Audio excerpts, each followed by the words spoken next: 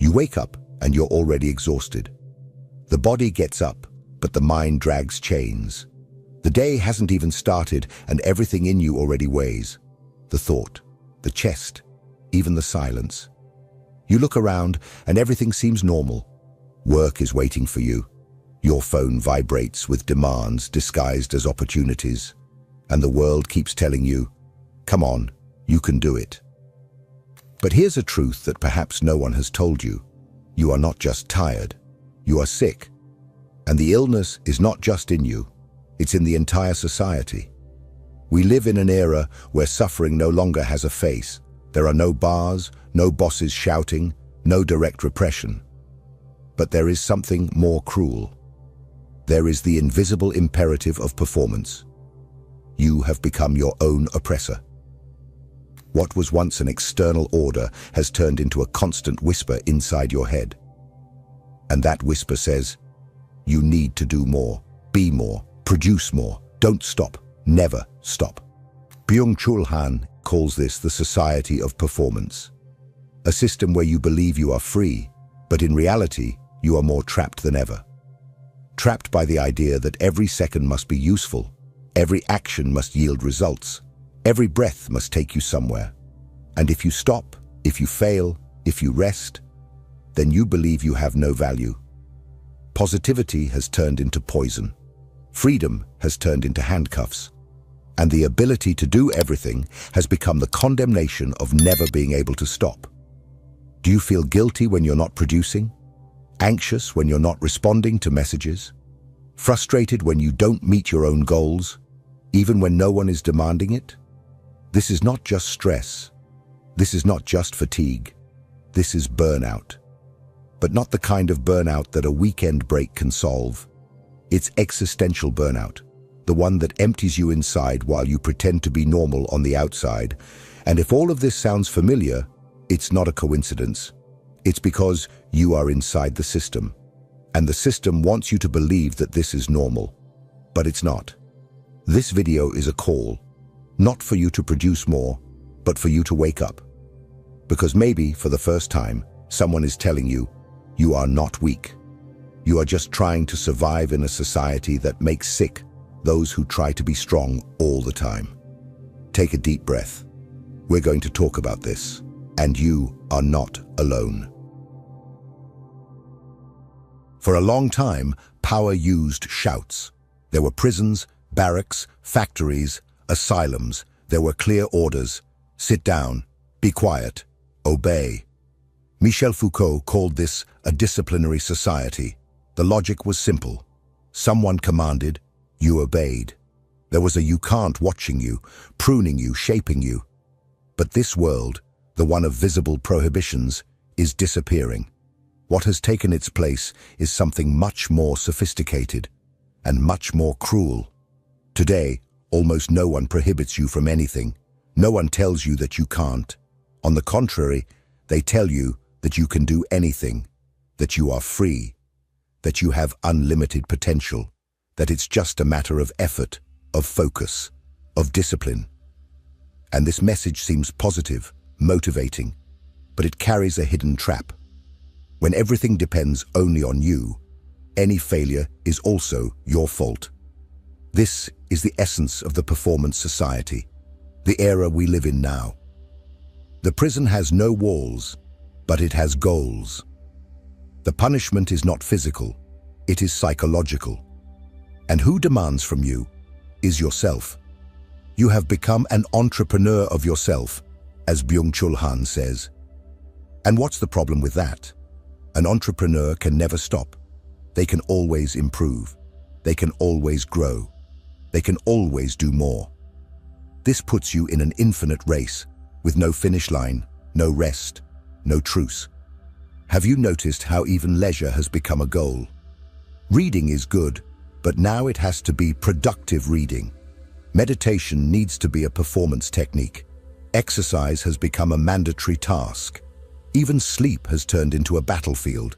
You monitor its quality, calculate the hours, optimize your nighttime routine. Resting is no longer resting. It's preparing to perform better tomorrow. You don't live. You manage yourself. And when you fail, when you can't cope, when you get sick, when you freeze, you blame yourself. Because after all, no one prohibited you from anything, right? You had freedom. You had choice. You just had to make an effort. But that's where the perversity lies. The new form of oppression is making you believe that you are oppressing yourself willingly. Control has changed form. It has left the figure of the boss and entered your head. You have become the guard of your own prison. The wall is now invisible, but it's there, built with expectations, metrics, productivity, and self-demand.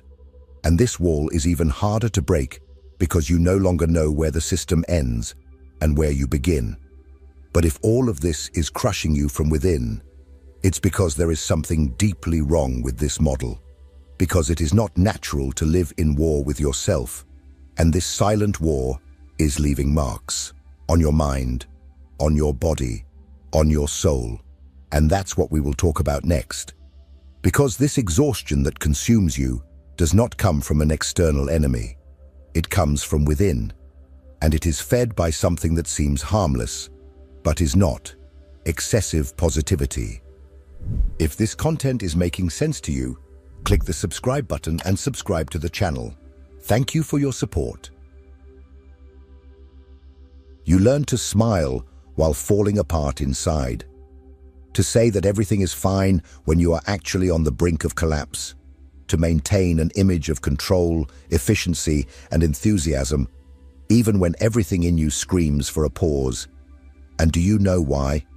Because we live immersed in a new kind of violence. A violence that does not hit, does not shout, does not impose. It seduces, it invites, it motivates. It is the violence of positivity.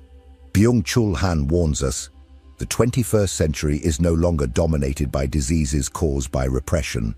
We no longer live in times of censorship, strict prohibitions, or forcefully imposed limits. What makes us sick today is not the "you can't." It is the "yes, you can." What corrodes from within is not classic oppression, but the excess of stimulation, the excess of apparent freedom, the excess of positive demand. The order now is to smile, to produce, to optimize, to be happy, always. But this excess comes at a high cost. Depression, ADHD, anxiety, and burnout are no longer individual pathological deviations. They are social symptoms. They are psychic responses of a body and mind that can no longer bear the weight of continuous performance. And the most perverse thing is that, in this new scenario, you stop being a victim to feel guilty. Couldn't be productive today. Laziness. Feeling unmotivated. Lack of focus. On the brink of collapse. Lack of gratitude. Lack of yoga. Lack of a new course. The blame is always yours. This is how positivity makes you sick, because it does not accept limits. It does not accept failure. It does not accept sadness, pause, or slowness. And the more you try to align with this artificial ideal of happy productivity, the further you drift away from yourself. You become a motivational caricature, while everything inside is collapsing. Positivity has become an imperative today. All the time you are bombarded with phrases like, believe in yourself, just want it, be your best self. It seems harmless, even inspiring. But the effect is different. You never feel enough. You never think you did enough. You never allow yourself to rest, because there is always something to improve, correct, accelerate. You live surrounded by goals, metrics, comparisons. On social media, at work, even in leisure moments. And this bombardment of stimuli does not strengthen you. It exhausts you. It's like being trapped on a treadmill that never stops accelerating. And the worst part, you think you were the one who turned on the machine. But you weren't born this way. No one was born to live in this state of permanent alert. This model was constructed, and it is slowly emptying you. Because behind all this energy, this rush, this productivity, There is something that has been buried, something you forgot how to access. And that is what we are going to explore now, because there is a part of you that is dying, suffocated, a part forgotten, ignored, discredited. And perhaps it is the only one capable of healing you. It is time to talk about silence, boredom, and everything you stopped allowing to be part of your life. Have you noticed how, in recent years, everything around you has turned into a kind of continuous improvement plan? You are no longer just a person, you have become a project, an investment, a personal brand, someone who needs to develop, sell themselves, reinvent. Not because you want to, but because if you don't do it, the world simply erases you, excludes you, calls you outdated, lazy, irrelevant. And here's the perversity. This pressure no longer comes from a boss, a government, a visible structure of power. It comes from within. You have become a product of yourself. And more than that, you have turned into your own executioner. Byung-Chul Han calls this self-exploitation. You no longer need a boss watching over you. You demand from yourself, control yourself, punish yourself. Productivity has become the new form of obedience. You think you are in control of your life because you have the freedom to choose, create, innovate, chase your dreams. But what no one told you is that this freedom is a farce. Because all available paths lead to the same place: more work, more demands, more acceleration. And even what was sacred, what once served as shelter, has become an extension of your performance. The body has turned into a machine to be optimized. The mind, a tool for managing goals. Relationships have become networking. Spirituality has turned into coaching. Rest has become a recharge to produce again. Even your free time is analyzed, monetized, maximized. You have become a company, and the only employee of that company is you. But no one can sustain this for long, and you are feeling it. The overload is not just physical, it is existential. You are present everywhere, except within yourself. You are always functioning, but never really living. And deep down, you know, the more you try to fit into this ideal of success, the further you feel from your own essence. And here comes the question that few have the courage to ask. What have you lost in this process? What was left behind while you were chasing to be a better version of yourself every day? What was silenced? What was set aside? There is a part of you that may not even remember what it is like to exist without having to justify your existence. In the next part, we will talk about this forgotten space, about the silence you avoid, the boredom that scares you, and contemplation, this rare and almost extinct skill that perhaps is what you need to rediscover now. Because you were not born to be a cog. You were born to feel, to be, to simply exist. When was the last time you allowed yourself to simply do nothing? Not plan, not respond, not consume, not justify yourself. Just be, breathe. Feel time pass without the sensation of wasting it. Perhaps you don't even know how to do that anymore. And it's not your fault. You have been trained to always be active, always available, always connected. Any moment of pause is quickly filled by a notification, a new task, a short video, a motivational content. I need to solve this first. Leisure has become waste, silence has become discomfort, and boredom has become an enemy to be exterminated. But let me tell you something that no one talks about. Deep boredom is not a flaw. It is a portal. Byung-Chul Han explains that, in the past, boredom was the fertile ground for creation, reflection, and true presence. It was within it that philosophy, art, and spirituality were born. Because boredom, the kind that is not in a hurry, that bothers you, that makes you face yourself, opens space for contemplation. And contemplation is what brings you back to your humanity. Today, however, we live immersed in fragmented attention. We jump from stimulus to stimulus like animals on high alert. Multitasking is no longer a skill. It is a survival instinct. You watch a video while responding to messages, while thinking about tomorrow's meeting, while feeling guilty for not doing more. The present has become unbearable. And this mental hyperactivity has a price. It robs you of your depth, your connection to the world, to people, to yourself. You get used to consuming everything on the surface, including your own emotions. You feel, but you don't dive deep. You reflect, but you don't deepen. You live, but you don't inhabit. That's why you are tired even after sleeping, anxious even in silence, disconnected even when surrounded by people. Because your soul has been trained to run, but has unlearned how to stop. And stopping is not weakness. Stopping is a reunion. It is in silence that you hear what the rush hides. It is in the pause that you realize how wounded you are. It is in the emptiness that you rediscover who you are, without all those layers of productivity that have been placed upon you. But this return to being requires courage. Courage to slow down, to face the discomfort of having nothing to do, to endure the emptiness until it becomes fertile. And above all, courage to say no to the imperative of performance. And that's where we enter one of the most revolutionary points of Hans' thought.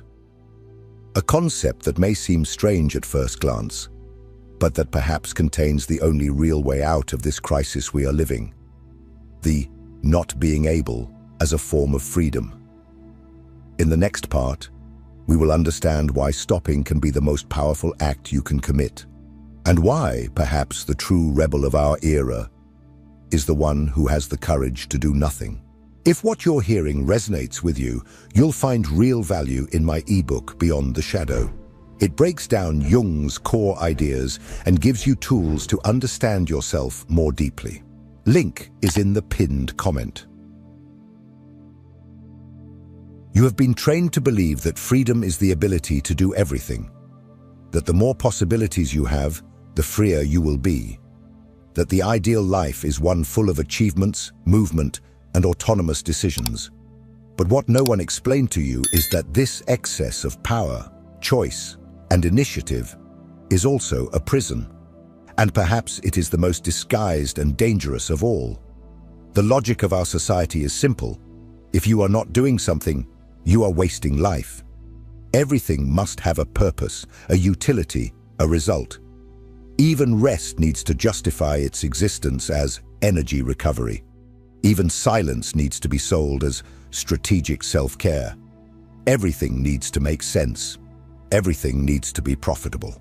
Everything needs to generate something. But Byung-Chul Han presents us with a radical idea. True freedom begins when you reclaim the right not to do, not to act, not to want, not to be useful, to simply not be able to.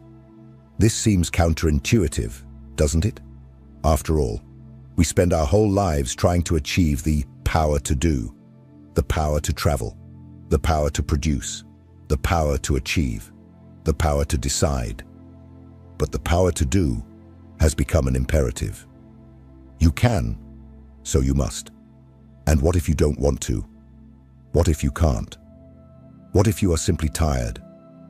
The answer you hear from society is clear: you have failed. In this model, there is no space for vulnerability. There is no space for no. Everything that does not fit into this logic of action, achievement, growth, is seen as deviation, weakness, laziness. But what if it is precisely in that space of refusal that true strength resides? Saying no is an act of power. Refusing excess, haste, overload is a gesture of resistance. Not wanting to improve all the time, not accepting every opportunity, not following all advice, not answering every call, saying no to the world in order to say yes to yourself. This not being able is revolutionary. It breaks the logic of infinite productivity. It shatters the myth of being the best. It returns to the human being what was taken from them, the ability to exist without having to constantly prove their worth.